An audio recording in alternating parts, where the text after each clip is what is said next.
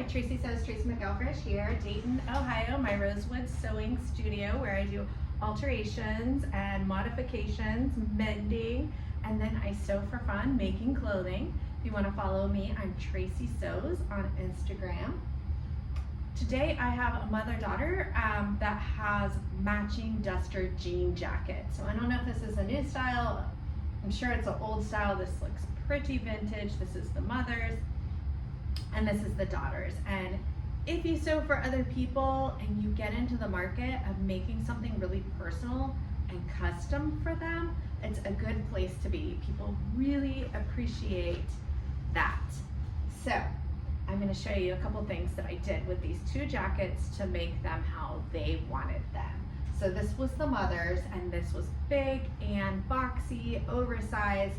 She's my size. It was just swimming on her, way down on the arms. So we took about 10 inches out of it and did it pretty easily.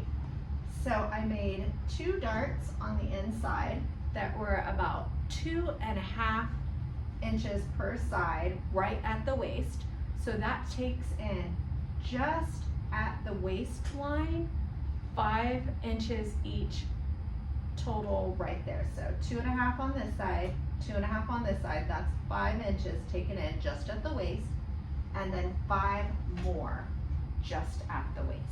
So right there is 10 inches to give the silhouette, and then we took in from the sleeve all the way in another 2.5 inches, and then I cut it and serged it to make it look really nice and clean. And I did that on both sides. So that one was the one I thought was going to be a little harder. This one was the one that I thought was going to be really easy, the daughter's. The daughter wanted a vent added to the back.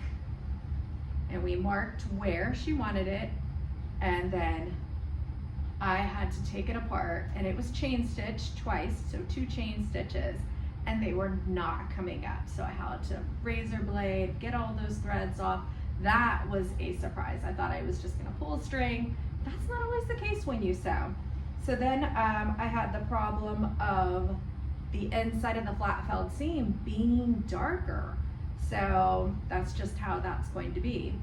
And then I went ahead and once I opened it, I serged it. I opened it further than what I needed it so that I could serge up in there, and then I folded it back.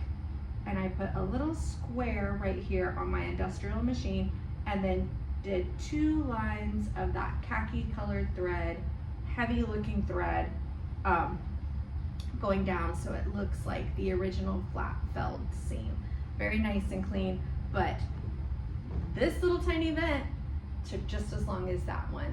And I tell you, people do ask all the time if I can put a vent into something that does not have a seam, and I've tried quite a few times. It gets like a little bubble up at the top, like a little U, and then you try to put a dart in there, and it just never really looks that great. So I would never do open a seam where there isn't one and make a vent or a slit. So that's it, Tracy McElfresh, Tracy Sews.